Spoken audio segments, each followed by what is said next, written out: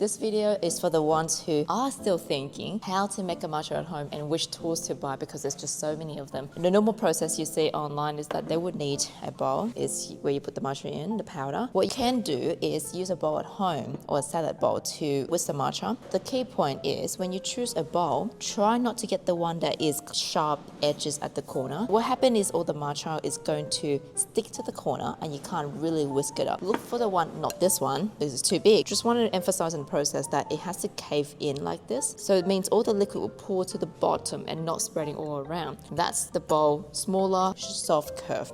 That's the bowl you would use at home if you don't have a matcha bowl. The other thing you would see people using is the scoop, these wooden scoop here. If you don't have this, that's okay as well. You can use a normal teaspoon that you use or an actual measuring spoon, which most people have this in their home. Measuring spoon, the one that we would reach for most often is half a teaspoon or 1 teaspoon. 1 teaspoon for your matcha latte or half a teaspoon for your matcha shot. The third thing you would need is a strainer. If you just started making a matcha at home, it's very common to find lumps in your matcha. So sift is basically the first step in the process to remove the lumps. The fourth thing you would need is, of course, a bamboo whisk. It comes in a box like this. Don't stress too much about whether it's Japanese made or it's Chinese made. Something to work with is always better than nothing. With the center knot it comes in, what you normally would do is put it into hot water and you will watch all these curls as well as this part here. It will start to open up slowly. You may find that the corners of your whisk start to snap off.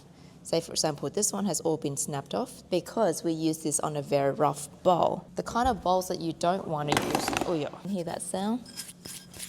So stay away from the porous bowl because this would happen to your matcha whisk and breaks off all those outer prongs there. And if you don't have the time to whisk up your matcha, that's okay. Just use an electric frother. And last and most importantly, of course, the matcha you use will determine the outcome of the drink. Consider what matcha you're going to make with it. Is it a matcha shot or is it a one with a latte? How much sugar to add? What kind of water temperature you need? All of those will come into play depending on the powder, depending on the milk, depending on the water and also the sugar. So all those elements is going to be something you have to experiment with when you first start making matcha at home.